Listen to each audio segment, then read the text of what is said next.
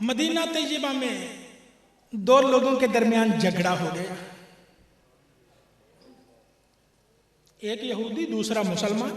مسلمان تو وہ نام کا تھا، نمازیں تو پڑھتا تھا، روزے رکھتا تھا، حج کرتا تھا، عبادت کرتا تھا، دل میں ایمان نہیں تھا، منافق تھا۔ جھگڑا ہو گیا کسی بات پر۔ بعض علماء نے مفسرین نے کوئی زمین کا ٹکڑا، بعض نے کوئی چادر لکھی تھی جس پر کوئی کپڑا تھا جس پر جھگڑا ہو گیا۔ کس سے فیصلہ کروائیں؟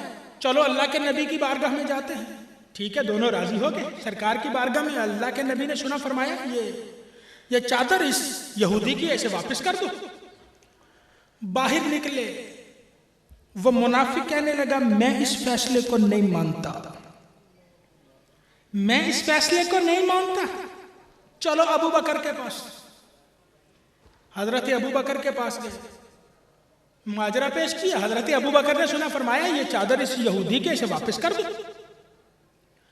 باہر نکل کے وہ منافق کہنے لگا جی میں اس فیصلے کو بھی نہیں مانتا، چلو عمر کے پاس۔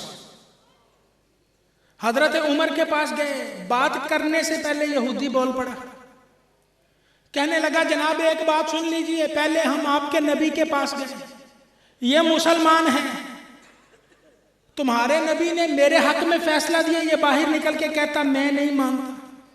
ابو بکر کے پاس، انہوں نے فیصلہ میرے حق میں دیا، اس نے پھر نہیں مانا، اب کہتا عمر کے پاس چل۔ حضرت عمر اس منافق سے کہنے لگے کیا ایسا ہی ہوا؟ وہ منافق کہنے لگا جناب دیکھیں نا، آپ جب مدینہ طیب آئے تھے آپ کے پاس کیا تھا؟ کچھ بھی نہیں تھا، ہم نے آپ کی مدد کی، آپ کو رہنے کے لیے جگہ دی، ہم آپ کے کلمہ گو بھائی ہیں۔ وہ اپنے شاطرانہ طریقے سے اس نے بات کی۔ حضرت عمر اس کی بات کو سمجھ گئے کہ یہ چاہتا ہے فیصلہ میرے حق میں ہو۔ حضرت عمر اس سے کہنے لگے جو فیصلہ میں کروں کیا تجھے قبول ہے؟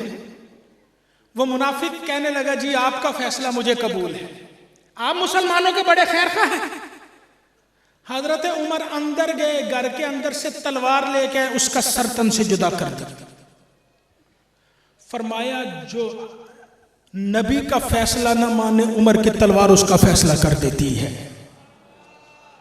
مدینہ طیبہ میں شور مچ گیا، کوہرام مچ گیا، عمر نے ایک قتل کر دیا ہے۔